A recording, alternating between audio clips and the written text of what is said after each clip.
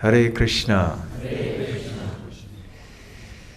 A very warm welcome to all of you for this series of talks on Lord Ram and his associates, specifically in relation to the theme of the Bhaktivedanta Manor for this year, which is living with gratitude and giving with compassion.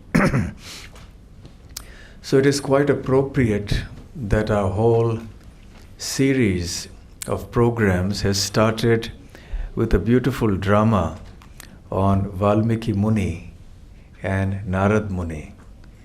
Valmiki Muni, as we have just seen, is the author of the Ramayana.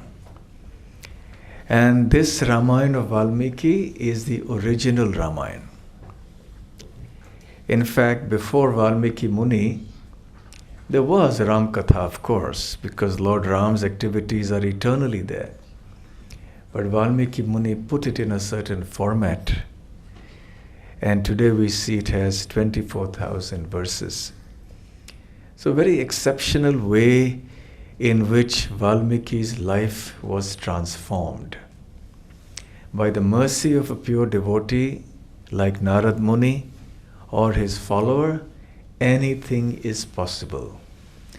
There are numerous examples, like the one that we just saw in the drama, of how even most sinful people, even most fallen people, have been transformed by the grace of a pure devotee into a great saint. There are cases like Mrigari.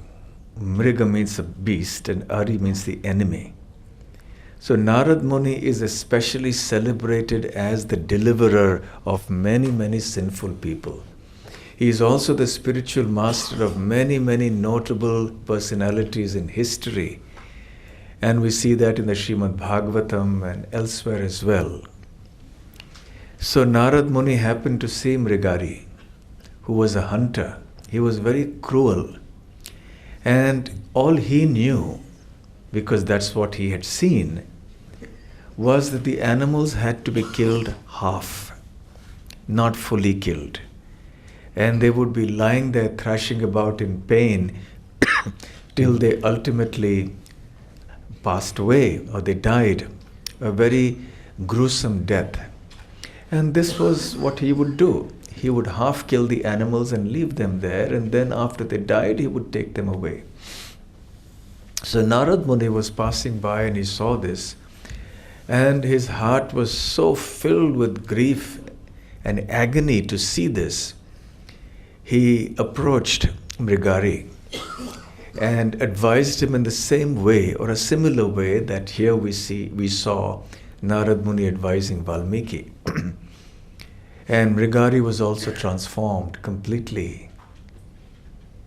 And later, some time later, Narad Muni happened to be passing by the same place with another saint friend of his. And they saw that Mrigari was bending down on the floor and with his cloth was softly brushing away something. When they inquired, they learned that he was brushing away the ants, so that as he fell down on the floor to offer obeisances to the great saints, he would not kill those ants. And Parvat Muni, the associate of Narad Muni, was astonished.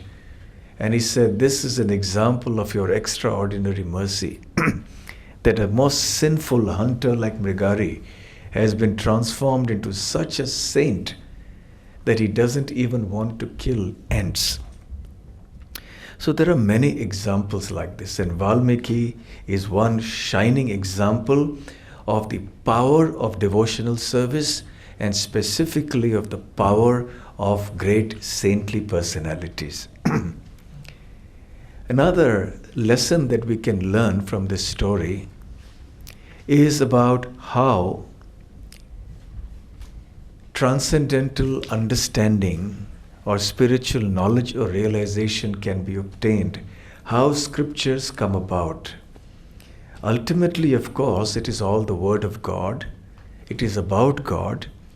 But the word of God and the pastimes of God and the messages of God are transmitted through self-realized, transparent via media, great saints like Valmiki. The process of revelation is very important in the spiritual realm. You see, in the material realm, we try to get knowledge by merely intellectual work, by academic study, by hard work, by research, by experimentation, and so on. All right, that is one way of getting knowledge. But ultimately, real knowledge from the spiritual realm, to which we have no access as ordinary conditioned souls in this world, can be obtained only when they are revealed to us by those people to whom it has been revealed by higher authorities. For example, Narad Muni again comes in the picture in relation to another of his disciples, the great celebrated compiler of the Vedas, Vyasadeva. Having compiled many scriptures, the 4 Vedas, the Upanishads, and so on, Vyasadeva was somewhat feeling restless. He had no peace internally. There was something missing. And Narad Muni came and gently reprimanded him and said, "You have written all these scriptures, but you haven't glorified the Supreme Personality of Godhead Krishna. Therefore, you should now glorify Krishna." And that is how the great Srimad Bhagavatam happened to be compiled, by the mercy of Narad Muni. So Narad Muni was instrumental not only in the compiling of the Ramayana, but also of the Srimad Bhagavatam. And then Vyasadeva sat down in his ashram, Samyaprash, on the bank of the river, and he went into deep meditation. And in that inner chamber of his consciousness, he visualized everything. He saw the Supreme Lord. As Shukadeva Goswami has said, Bhakti yoge na manasi samyak vyavasito hisa. Samyak pranihite male purusham apashyam purushat purnam apashyat purusham purnam maya chatat apashrayam. So at that time, Vyasadeva situated himself in Bhakti Yoga. Bhakti Yoga na manasi samyak pranihite male. So after situating himself in devotional service, with his mind that was amala. Amala means that was without any contamination. So with that pure, uncontaminated mind, in devotional service, apashyat, he saw Purusham Purnam, the complete Supreme Personality of Godhead. And the Lord was not alone. Maya chatat apashrayam. So the Lord was accompanied by Maya Devi, who was at a distance, because Maya is always at a distance from Krishna. She is a faithful servant of Krishna, but she remains aloof and discharges her responsibilities in her service to the Lord. So Vyasadeva was able to visualize this in his internal consciousness. And then gradually he compiled the entire Srimad Bhagavatam. Similarly, we see that Sanjaya, the disciple of Vyas, was reciting before Dhritarashtra, the father of the Kauravas, the events that were happening on the battlefield of Kurukshetra. Sanjaya was present in the battlefield for some time, but afterwards he came back after the killing of the defeat of Bhishma. Not killing, Bhishma passed away much later. So he came back to Kurukshetra, and then he was relating to Dhritarashtra the events that were going on. And he attributes this power to Vyasa Prasad. Prasad means mercy. So he was able to see this by the mercy of Vyasadeva, who empowered his disciple also to have the kind of vision he himself had. So we see this as a recurring theme. And not just in the Vedic tradition, but also in other traditions, we see that the Word of God is generally revealed. And in this case, it was revealed to Valmiki Muni, who was previously a dacoit or a hunter or a thief, Ratnakar. So that's another lesson that we can learn from this story. It's interesting that Valmiki Muni, after his transformation, became such a pure devotee that he was specifically chosen by the creator of the universe, Brahma, to compose the Ramayana. Now, when he was sitting in his ashram on the bank of the river Tamasa, which is not too far from the Ganga, he suddenly saw Narad Muni come again. You see, because the spiritual master meets the disciples time to time. So just as he came to see Mrigari, he had also come to see Valmiki. And Valmiki saw Narad Muni, his guru, and he was very happy. And he asked him, "My dear sage, I am a little troubled." Just as Vyasadeva was a little troubled when Narad Muni approached him, so also was Vyasadeva a little restless, I should say, not troubled. And Narad Muni came there exactly at the right time. And he said, "I have a burning question in my mind. And that question is there anyone in this on this earth, a real person who is existing now, not someone who was there in history in the long bygone ages, but someone who's living now, who has all the super excellent qualities?"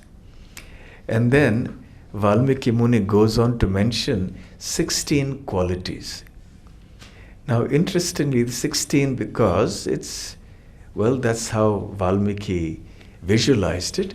But also we see that in the Vedic scriptures, in Sanskrit literature, many times, the moon is also stated to have 16 qualities. Because the moon is a symbol of beauty, and even though there are some black marks on the moon, but still it shines with its cooling rays and it's considered a symbol of beauty.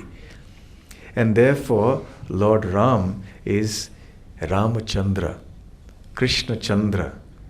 So the Lord is also called as Chandra, the moon, because he's like the moon. He is endowed with these 16 perfect qualities.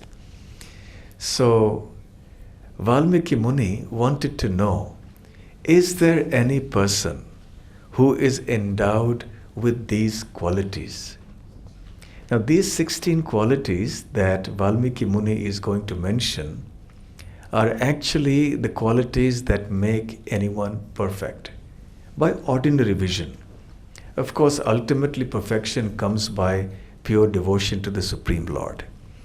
But even in an ordinary level of human culture and decency and evolved human civilization, there are certain things, there are certain qualities that must exist in a human being to be called a perfect human. So what are those 16 qualities? I'll just mention them briefly one by one. The first quality he asks is Gunavan. Guna means quality, Van means full of.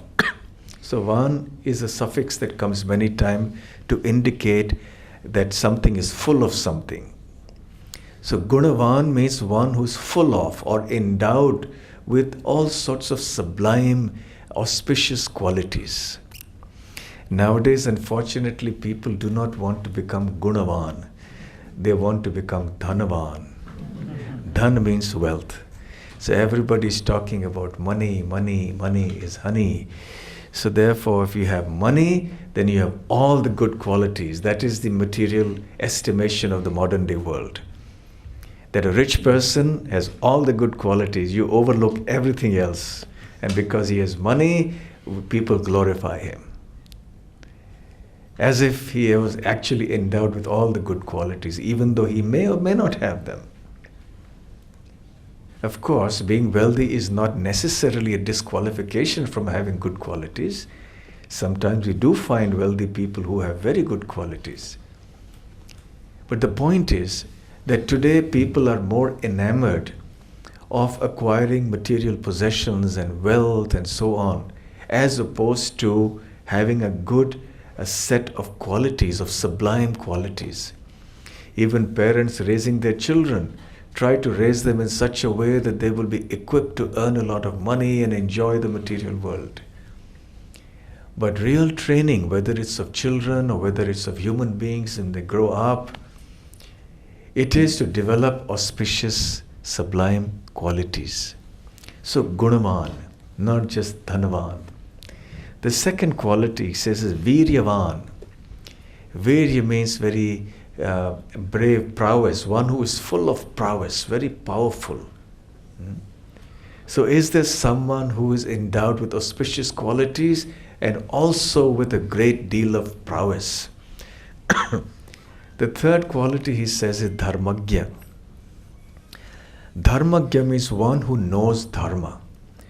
One who not just knows theoretically, intellectually, but one who actually follows. So one who knows dharma, the intricacies of dharma, because dharma is very intricate, very hard to understand how dharma acts and what principles of dharma should act in which situation. It is a very bewildering area. So dharmagya is one who understands all the different aspects of dharma in all their complexity and intricacy, and at the same time one who also follows them, who obeys them. So this is a dharmagya. So is there anyone who's also simultaneously a dharmagya? And the fourth quality, he says, is kritagya. Kritagya means grateful. And that is our topic for today, gratitude. So we see that gratitude is one of the important 16 qualities that make up a perfect human being. If one doesn't have gratitude, then one is imperfect to that degree. We'll talk a little more about gratitude as once we finish the description of these 16 qualities. And especially about Ram, it is said, he never forgot even the slightest help that was given to him by anybody. He remembered it for years and years and years. He would never forget it. This is the sign of gratitude. I've mentioned this earlier a couple of times in my visits earlier, that a great saint once said that there are two things we should always remember and two things we should always forget. The two things we should always remember are the bad that we have done to others and the good that others have done to us. And there are two things we should always forget: the good that we have done to others and the bad that others have done to us. Is it too complicated? Okay, so let's see. Can anyone say it verbatim? Which are the two things to always remember?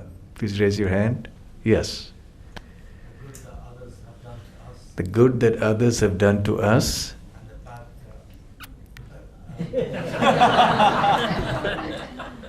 The bad that we have done to others. So we should always remember that.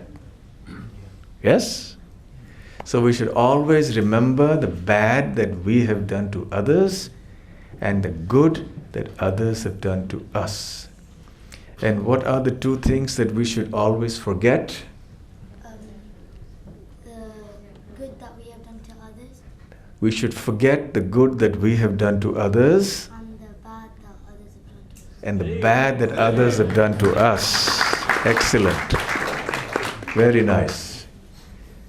But isn't it a familiar story that what we see in the world is exactly the opposite? Perhaps even with ourselves we have some experience of that. We tend to not let somebody forget the good we have done to them. We remind them. We find occasions and excuses to remind them or drop hints. And when the person is not sharp enough, then we have to say it in plain words. And we don't forget any harm that is done to us by others for years and years. Maybe 20 years later, we still remember, you said this to me on such and such date and such time. So therefore, Lord Ram's character was perfect. Of course, I'm jumping ahead because we haven't come to Ram yet. So this is the perfect character. A perfect human being is one who never forgets the good that others do to him or to her. It is just civilized human conduct. The next is Satyavakya. He used to always speak the truth. And he would speak it always pleasingly. As I was mentioning on Sunday, that not only was Ram Satyavakya, his vakya, his speech was always satyam, it was truth, but he was also mridu bhashi, he was soft spoken, he was madhura bhashi, he spoke sweetly, softly, sweetly, and he was purva bhashi. He would speak first. He wouldn't necessarily wait till the others spoke. He would go out of his way to meet people and greet people and talk to people, because others may have been uncomfortable. Oh, he's the king. How can I go and talk to him? So he would make them comfortable and go and talk to them. And he would never raise his voice, even if somebody raised his voice with him. So these are some of his qualities. So apart from Satyavakya, these are the other qualities associated with Lord Ram's speech. Next, 6 was Dhrida Vrataha, which means a perfect human being must be firm in his or her vows, must be determined, especially when it comes to vows, not especially, only when it comes to vows that are for one's true welfare. Not all sorts of vows that will cause harm to us and to others. The next one, number 7, Charitrena Chako Yuktaha, who is endowed. Kokaha means who. Who is Yukta means endowed. So who is the one who is endowed with superb character? Charitrena. See, character is such an important thing, right? You know, there is an English proverb, I'm sure you've all heard it from childhood, that if money is lost, nothing is lost. If health is lost, something is lost. If character is lost, everything is lost. But nowadays the formula is reversed, right? If money is lost, everything is lost. So character development is one of the very important parts of education and of human civilization. Our universities and schools are meant to be coming out with students of utmost character, noble character. But that's hardly the case that we see. So society is full of people who lack in character and virtue. The next one, number 8, Sarva Bhuteshu Ko Hitaha. So who is that person who is Hitaha, who is a well-wisher of all living entities, Sarva Bhuteshu? So someone who is very kind to all, who is a genuine well-wisher of everyone. So this is compassion, which is the second quality of our theme for this year in the Bhaktivedanta Manor. The first is gratitude, the second is compassion. So Lord Ram has both these. Any perfect human being should have both these. And we are not perfect human beings, but we aspire to be perfect. Therefore, we should also aspire to cultivate these qualities. Sarva Bhuteshu Ko Hitaha means that a human being is not petty-minded, does not discriminate on parochial grounds as to who he or she should be kind to. Oh, this person is not from my family, so I can't be kind to that person. Oh, this person is not from my community, doesn't speak my language, is not from my country. Or in any case, I don't like him, so I won't be kind to him, or I won't be the well-wisher for that person. No.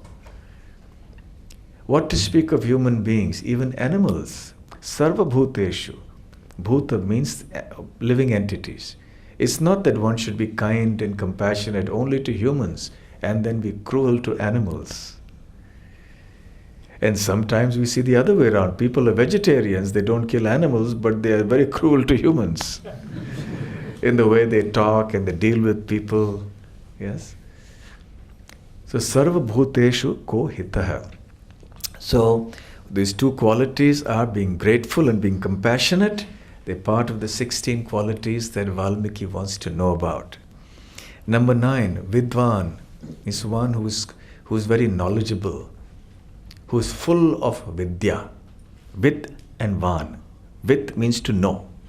So one who's full of knowledge, Vidwan. Samarthaha, that's the next quality. Samartha means one who is capable, who can do, who is able to do things, who is very resourceful. You know, if you want to get something done, something very big, and you say, this person is samartha, he is capable. This person is resourceful, he or she can do it. Number 11, Eka Priyadarshanaha. He alone is very pleasing to look at. That means even in terms of looks, the ideal human being should be very pleasing to look at. Very good looking. That's another characteristic of a perfect human being. But of course, not the most important one. There are many good looking people who don't have any of the other characteristics. And there are some people who may not be so good looking from an external point of view, but internally they are beautiful because they have all the other 15 qualities. But anyway, Valmiki is curious to know about someone who may have all these 16 in perfection. And the next one is Atmavan, one who is self-controlled, very important. 13, Jita Krodho, one who has won over or conquered or mastered Krodha, which means anger. Dyutiman, one who is endowed with dyuti, splendor. 15, Anasuyakaha. Asuya means envy, as we see from Bhagavad Gita. Prabhupada explains that in the 9th chapter. Anasuyakaha means one who is not envious of anybody, who bears no malice or rancor towards anybody. This is the characteristic of a genuine human being. He doesn't bear malice. He's not jealous of people. He doesn't hold grudges against anyone. Even if that person has harmed him, he doesn't hold a grudge and remember it. He doesn't want to wreak revenge or something like that. He remains peaceful at heart. And finally, number 16, Bibhyati Devaha cha jata roshasya sanyuge. Bibhyati Devaha. That means Devaha, all the demigods, Bibhyati, they are afraid. Of whom? Of this person, the perfect person. Cha jata roshasya samyuge, who becomes angry in battle. I want to know, O Narad Muni, Valmiki says, that person, that ideal human being, who, when he gets angry, when provoked in the battlefield, puts fear in the hearts of even the demigods. So this is the 16th quality. Okay, we may not have it here. We can't put fear in the hearts of demigods. But these are the qualities that Valmiki wants to know. Is there such a person living today who has these qualities? So very interesting. And by the way, qualities 13 and 16 may seem to be contradictory, because 13 says Jita Krodho, one who has conquered anger, and 16 says one who is provoked in anger and puts fear into the hearts of the demigods. So in one place they say he's conquered anger, the other place says when he's angry. So what does one mean? So the implication is naturally that anger can be utilized as a tool. We should not become tools in the hands of anger. Generally, when we get angry, we lose control of ourselves and we don't know what we are doing or what we are saying, and we end up usually repenting for what we have said or done. But one who is Jita Krodha is very controlled, can utilize anger effectively for the right purpose. So this is the difference. So therefore there is no such contradiction here. So Narad Muni has spoken about, or he asks him about these qualities, and Narad Muni says, yes, there is such a person. And that person is called Ram. He is the son of Maharaj Dasharath, who is the king of the planet. And he lives at Ayodhya. His kingdom is called Koshala. Of course, even though his kingdom directly was Koshala, but other kings in other parts were subordinate to him. They offered their taxes to him and so on. And that is how a king, even though he had a kingdom, could still be called the emperor of the entire world. So Narad Muni gives the answer to Valmiki Muni. Valmiki Muni is, of course, very pleased to hear this. Now, coming to these qualities, gratitude and compassion. Gratitude is, even in the Ramayana, actually in the Sundarkanda, it is said, Kritecha prati kartavyam esham dharma sanatanaha. Repaying one good deed with another is a very important part of Sanatan Dharma, of eternal morality. So if someone does something good to us, we must always try to repay that with another good deed. So this is an important part of human life. We should not be ungrateful. Ingratitude can be a great burden on Mother Earth and on human society. Even animals are grateful, yes? You have seen that. Dogs, cats, lions, elephants, so many, even animals, birds, they have this quality of gratitude. If you help an animal in distress, that animal will usually not forget. And there are these clips going on, video clips which you see of even lions and tigers not forgetting the good that some human did to them.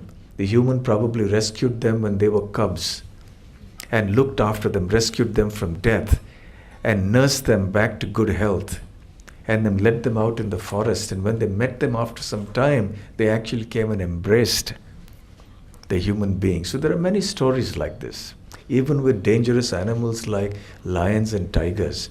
So what to speak of, other domesticated animals like cats and dogs. So even animals have this quality. Sometimes humans don't. So who's better? Therefore, ingratitude is considered a very big burden. Mother Earth is not able to tolerate two kinds of people. One who tells lies and one who is ungrateful. So ingratitude is something that cannot be tolerated. And a person loses all good qualities by becoming ungrateful. And when one becomes grateful, one gets all the other qualities. Because one revives one's superior human quality, one's superior human nature. One becomes actually civilized when one learns to be grateful for what one receives. And who should be grateful? Is there anyone who is exempt from this? No one. No single living entity can afford to be ungrateful. Why so? Because every one of us is always receiving something helpful, beneficial, good from somebody else. We cannot exist, we cannot survive without receiving help from others. We are constantly dependent on others. We are never independent. Even on bacteria, on germs, we have good bacteria in the stomach, in our digestive tract to help us with digestion. So we are dependent even on the bacteria. And when you take some antibiotics, you have to take all these probiotics and all that to restore the good bacteria. Yes? So we are dependent on more living entities than we can imagine. The birds, the insects, the bacteria, what to speak of other human beings. In every process of nature, there are numerous types of living entities involved. And we are benefiting from their contributions to our life. The trees give out oxygen. They take in carbon dioxide. We breathe out carbon dioxide, we breathe in oxygen. So the trees are like our friends. So we are dependent on them. We get so many things from them. From the rivers, from the oceans, from the mountains, from the land, from the soil, the sun, the moon. There's no limit. So nobody can afford to be ungrateful. Everything we have, including our body, and everything that is required to sustain our body and mind, is given to us by somebody, is a result of somebody's contribution. Therefore, Srila Prabhupada in one purport in the Srimad Bhagavatam says that any human being, he's not just talking about a devotee. Generally, he mentions elsewhere in the Bhagavatam that gratitude is specifically a quality that is associated with Brahmanas and Vaishnavas and devotees of the Lord. But then he also mentions that every human being must be grateful because everything that is required for sustenance is being provided by the Lord. And therefore one must be, even anyone who has any trace of culture or civilized behavior must be grateful to God for everything that's been given. We cannot survive without the gifts of God. So gratitude is something that is really very integral to our very existence, to our very survival. It's not just some rare quality that we should be grateful when someone loans us money when we were in need of it, or someone heals us when we were very sick, or rescues us when we were in danger. Of course, one should be grateful for people who help us in such situations. But what about the everyday little things of life which we don't pay attention to? Even the fact that we can breathe, we have to be grateful for that. And those who have severe asthma understand what it means, the value of one breath. Yes? So gratitude is not something that is done only for some very major event that happens in our life. It is something that we have to be conscious of at every moment of our life. It has to become our second nature. And this quality of gratitude reaches its perfection in a pure devotee. Because the pure devotee is grateful not merely for the fact that Krishna, the Supreme Lord, is providing everything for the maintenance of his body, but even more so the pure devotee is grateful to the Lord that he has brought him to his lotus feet and relieved him from the burning, blazing fire of material existence. Generally, people who are not so well versed with or not acquainted with the principles of devotional service become grateful to God when he bestows them material favors. Oh, God is very kind. He enabled this. I got so much money. Oh, God is very kind. I got free from this disease. God is very kind. I had this benefit or that benefit. So people who are somewhat materialistically inclined, they believe in God, they are worshipping God, but they have a materialistic bent in their worshipping tendency. They think of God's mercy in material terms. Because God provides them material things and protects their material life, so they are very grateful to God for that. So at least they are grateful, that's good. But they are perhaps not so much at a higher, they're not aware of the higher conception of gratitude. A normal materialistic worshipper is grateful to God when he gives him money, but a pure devotee will be grateful to God even if God takes away his money. An ordinary person will be grateful to God when he gives him good health. A pure devotee may be grateful to God even if God takes away his good health.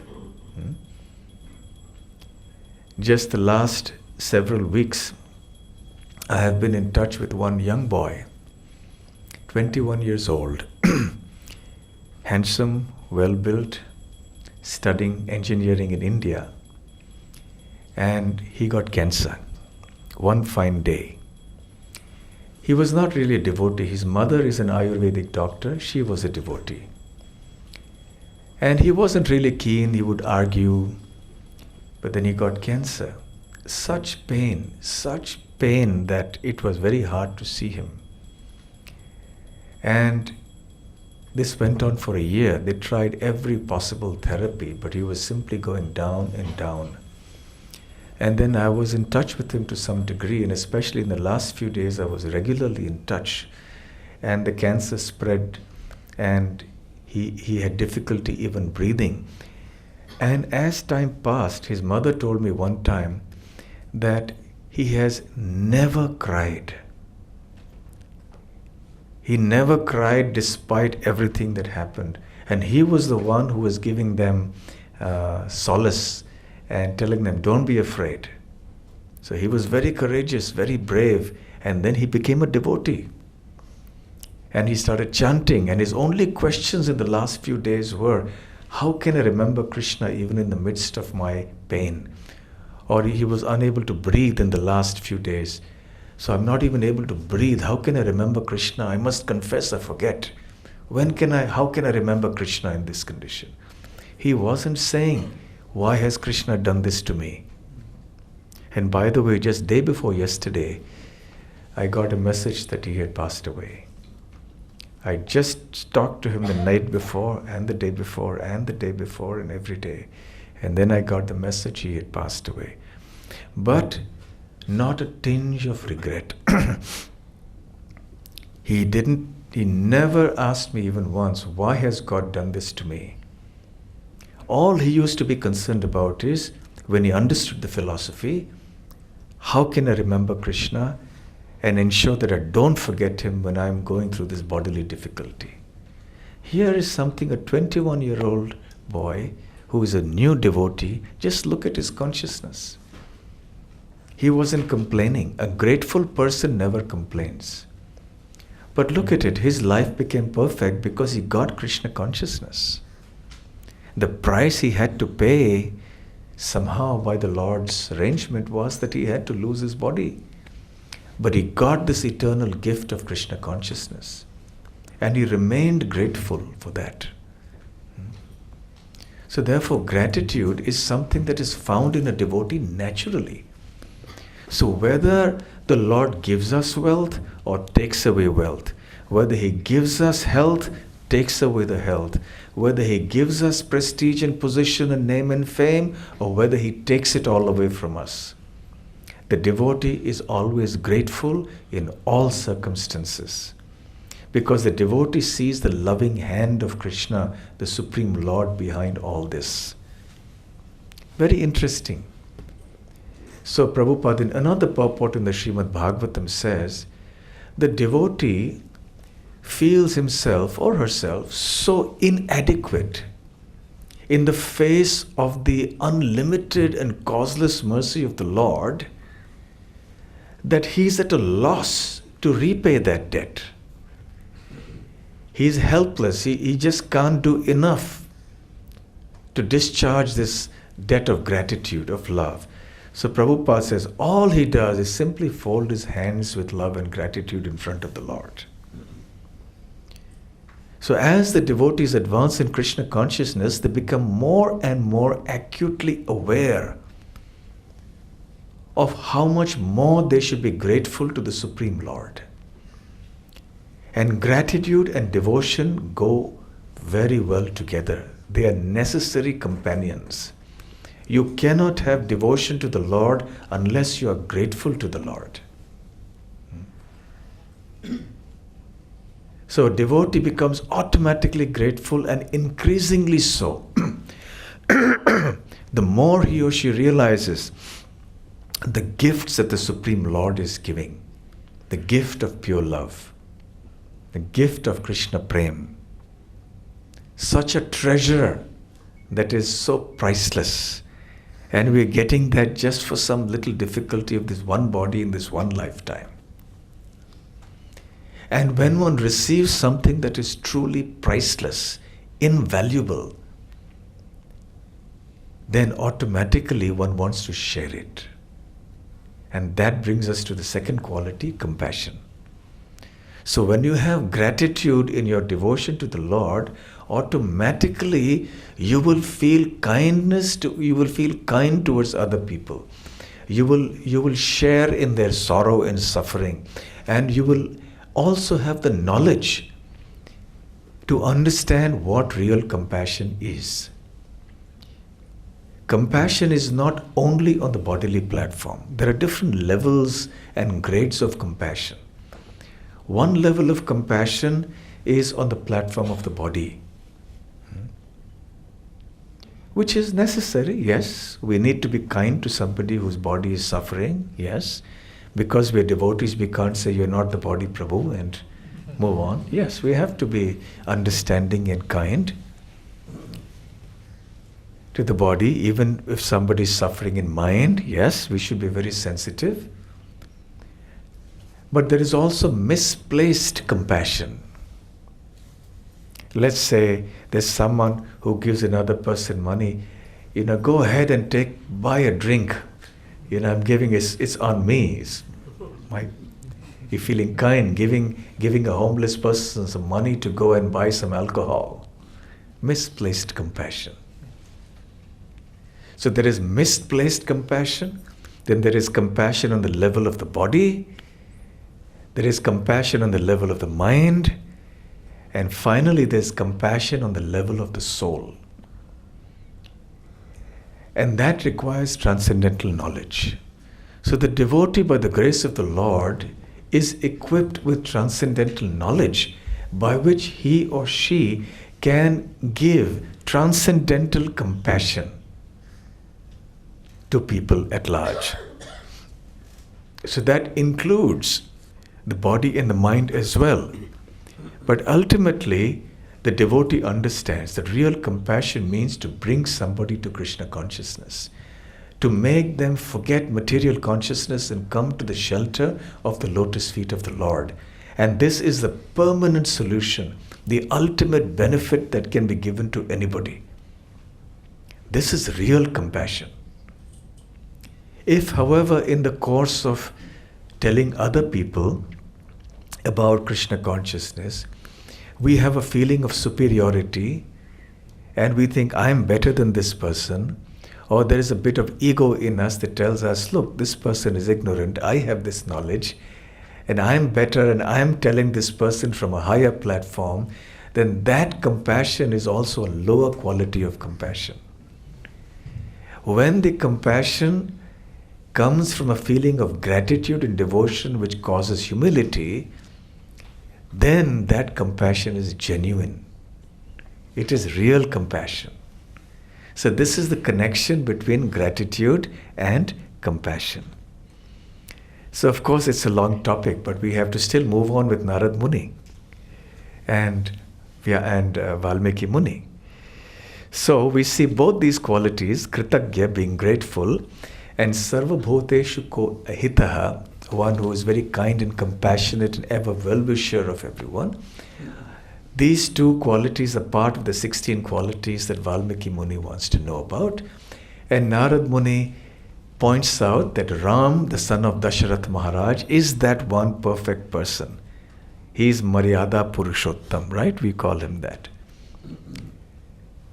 And then Narad Muni goes on to describe many more qualities of Ram in addition to these 16. He repeats some of these 16 and he adds many more glorious qualities of Lord Ram. And then he summarizes the entire Ramayana in about 80 verses. This is the very first chapter of Valmiki's Ramayana. which has about 100 verses, I think. So this 100 verses, or especially the latter 80 verses, are called the Sankshipta Ramayana, or the summarized Ramayana. The whole summary of the Ramayana is given by Narad Muni here. And it's interesting that Narad Muni is speaking in the past tense up to a point. Till such time as Lord Ram has returned from Lanka after killing Ravana and taken charge of the kingdom, he speaks in the past tense. And thereafter he speaks in the future tense. Meaning that this discussion between Valmiki Muni and Narad Muni happened during Lord Ram's presence on this planet, on his manifest presence. That means that when Valmiki actually started composing the Ramayana, in his mind, of course there was no need for paper and pen in those days. The great sage just composed it in his mind, and he had it in his mind, that's all. So, at that time, Lord Ram was ruling, he had come back. So many things were events were those that had already happened, and there were many more events that were yet to happen. So roughly 41 to 42 years, or maybe a few more perhaps, years, because by then actually Lava and Kush were there and Sita was in Valmiki's ashram. So maybe a few years more than that. So those were in past tense. So then he described that. And what was to come is 11,000 years as a great king, and the reign of Lord Ram Rajya, the perfect reign that was described here. So in any case, as Narad Muni finished his description of the Ramayana, then he left. And Valmiki Muni was very grateful. And then he sat down there and he told his disciple Bharadwaj, I want to go to the river Tamasa and take a bath. So Bharadwaj very faithfully accompanied him with the paraphernalia that was required. And they went there, and the forest was so beautiful. There were birds and nice trees and flowers. Very, very beautiful sight to behold. So Valmiki Rishi moved around in the forest admiring the beauty of the forest, and he saw two cranes, two birds. In Sanskrit they are called krauncha. Valmiki Ramayana is called krauncha birds, cranes. And they were cooing very melodiously and sporting with each other. And he was very captivated by this beautiful sight, seeing these two birds in play and singing so melodiously. And just at that moment something happened. A hunter came nearby and he shot an arrow that pierced the male bird, who then fell down dead with blood oozing from his body. And the female bird, who was his companion, was then grief-stricken, and she was there crying, and she fell dead in grief on the floor. Now this happened right in front of Valmiki's eyes. He was shell-shocked. What on earth happened? This was like Satyuga, such a serene, beautiful atmosphere, and all of a sudden this wretched hunter comes along and he kills these two beautiful birds, and they've fallen down dead in front of my very eyes. So he becomes very angry, and there is some emotion that swells up within his heart, and he's unable to bear that anger, and it suddenly bursts forth from his mouth in the form of a verse. He suddenly pronounces that Ma nishad pratishtham tvagamaha shashvati samaha yat krauncha mithunadekam avadhi kama mohitam. O Nishad, O you cruel hunter, may you never get prosperity or happiness or peace for endless years. because you have killed these two birds, being engaged in passion. So therefore, this was a curse. Now generally, saintly people don't curse like that in anger. Now generally, saintly people are in control of their anger. So even when we see Narad Muni cursing, for example, he cursed Nalakuvar, Manigriva, who were behaving most inappropriately in front of him. He cursed them, but he didn't get angry. He didn't lose control of himself. But here, something happened to Valmiki, and this thing just came out of his mouth. And even he was puzzled. What happened to me? How come I lost control of myself? And what is it that I spoke? Even he could not understand the words that he uttered, that somehow came out of his mouth, as if by some magic. And then he spoke the verse and he repented. How did I get angry like this? How did I curse this hunter like this? Everybody in this world is bound by the three modes of nature. We all have our own nature. So the fowler or the hunter had his own nature. He is acting according to that. The world is going on. Why did I become so upset? So he was very disturbed with this. And as he was reflecting on this, he spoke to his disciple Bharadwaj. And he said, Shokartasya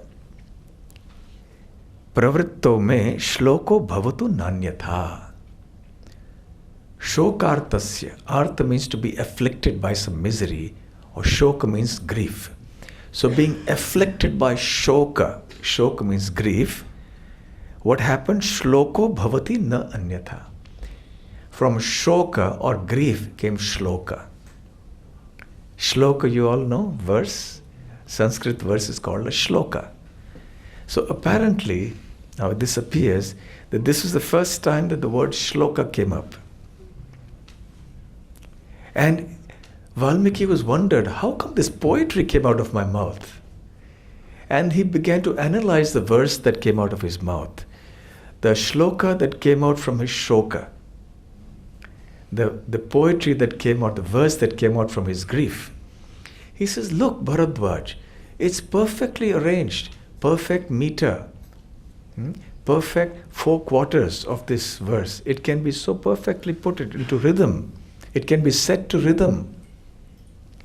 It is perfectly fit for being music, for music to be composed for this verse. So in every respect, this verse, this spontaneous outburst of a verse was just perfect. And he could not understand how this happened. So he was thinking and thinking and thinking about it, and just at that time, who but the creator of the world, Brahma, descended from his swan carrier. And Valmiki was surprised. He was completely astonished. All of a sudden, Brahma comes down here. Let's say, for example, sitting here in this room, all of a sudden the Queen of England were to walk in here. We'd be surprised. Oh. So Brahma came all of a sudden.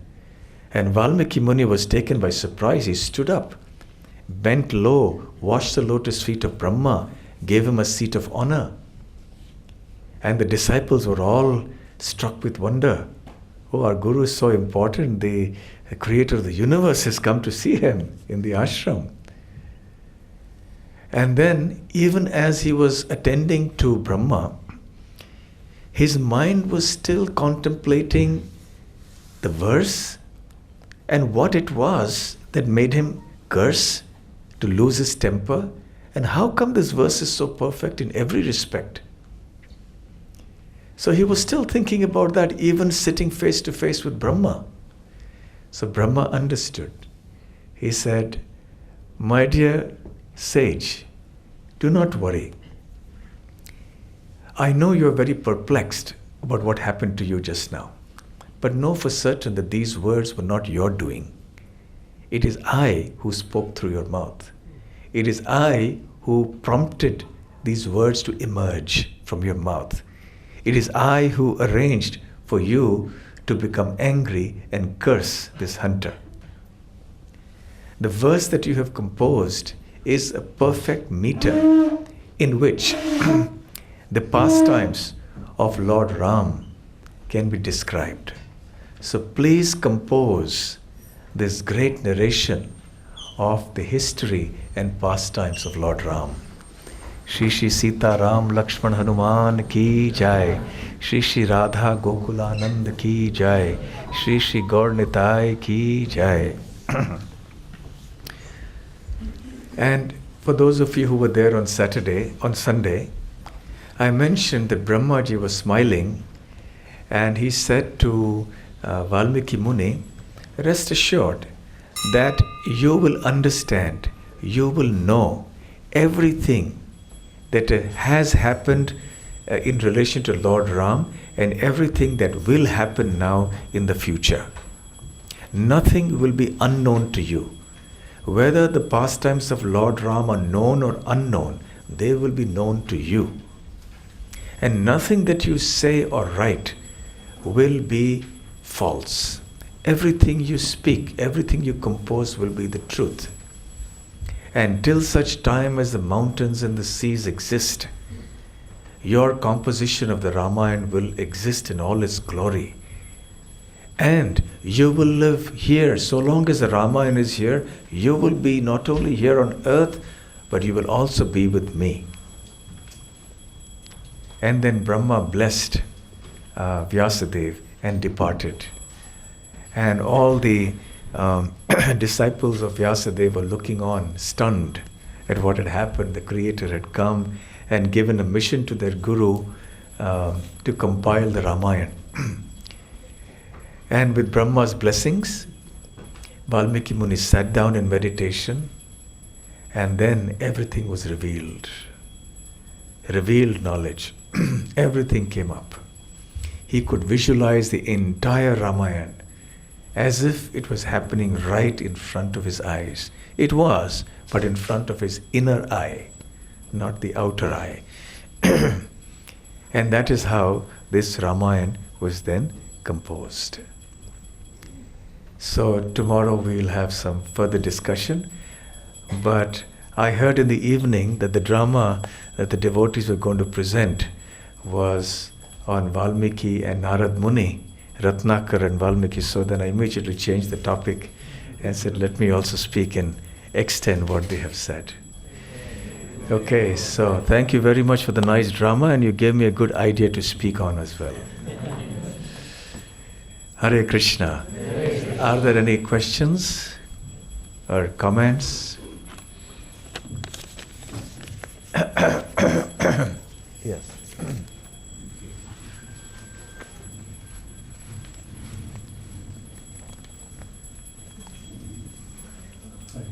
Thank you very much for the wonderful class. Maharaj, on Sunday you mentioned that Lord Ram had ruled all the kingdom for 11,000 years. We also read in Bhagavatam that it is mentioned after Mother Sita's departure to the spiritual abode, Lord Ram engaged in a sacrifice which went up to 13,000 or 14,000 years. So is it after the kingdom that the further 13 or 14,000 years that Lord Ram was engaged in that sacrifice? No, not 13,000, because Valmiki is very clear in the first chapter of the Ramayana itself that Lord Ram ruled for 11,000 years. That's very clear. And then he departed for the spiritual world right after that. So there is no mention of 13,000 years there.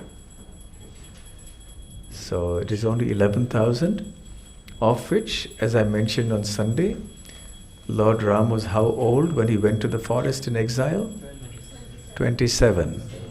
How many years was he in exile? 14. So how old was he when he returned? Roughly 41, 42 perhaps. And then he ruled for 11,000 years. So 11,000 years, this figure is clearly mentioned by Valmiki Muni in the very first chapter. Yes, one question here. Thank you for the beautiful discourse. Maharaj, I was listening to your Hampi class, and when you were giving the talk on Nama and different places, you were mentioning about khandas, different khandas. And this was a very small, maybe stupid question that came to my mind. Some speakers, devotees, refer to this as khanda, but quite a lot of them also refer to as kanda, sundar kanda. It's not khand, it's kanda. It's kanda. Kanda. Kanda. Like Balakanda, the first kanda is Balakanda. Ayodhya Kanda, like that. Aranya Kanda. So there are 6 kandas. Kanda means a section. Yeah? Okay, yes, okay. Yeah. Okay, we'll come to you.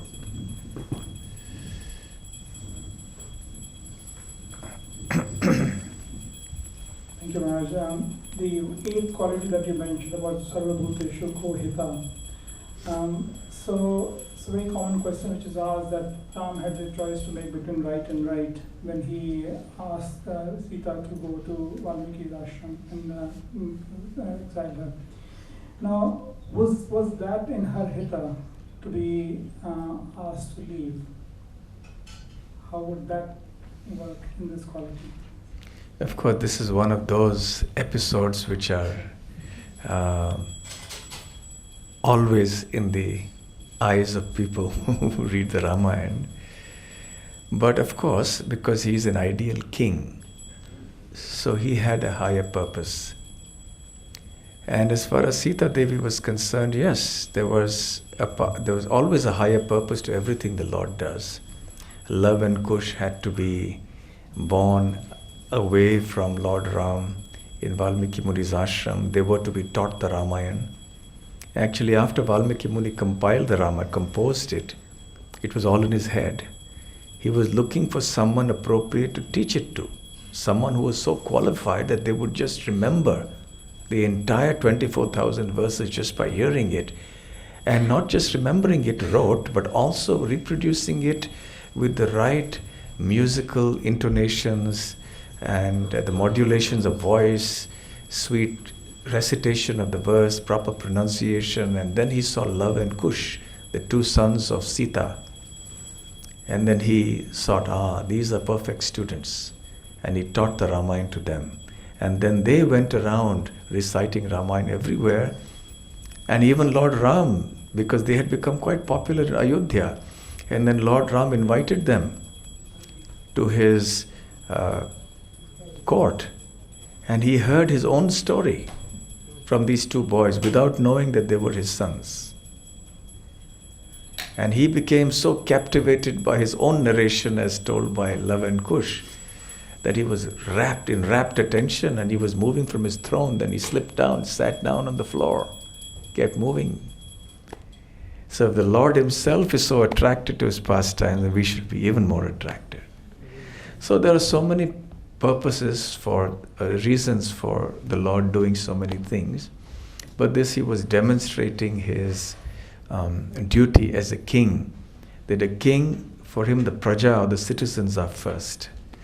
That was his prime motive. Okay? Yes. I'll repeat your question. You can say it. I just wanted to elaborate more on the dharmavan, the quality that it is. Dharmagya.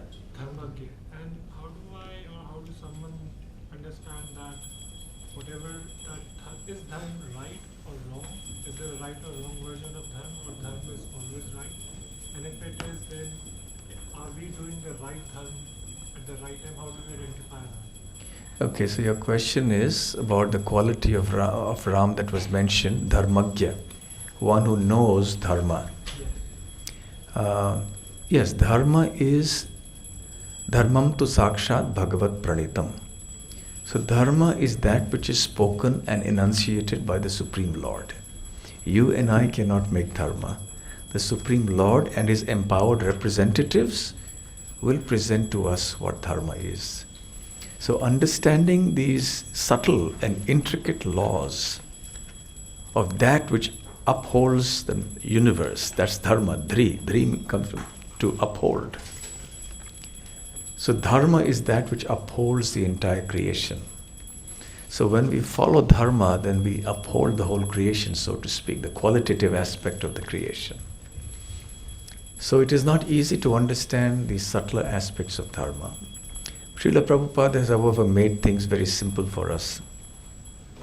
We may not be able to understand it in all its complexity, but at least the basic principles that are feasible for us in this day and age, he has told us, so we should try to follow that.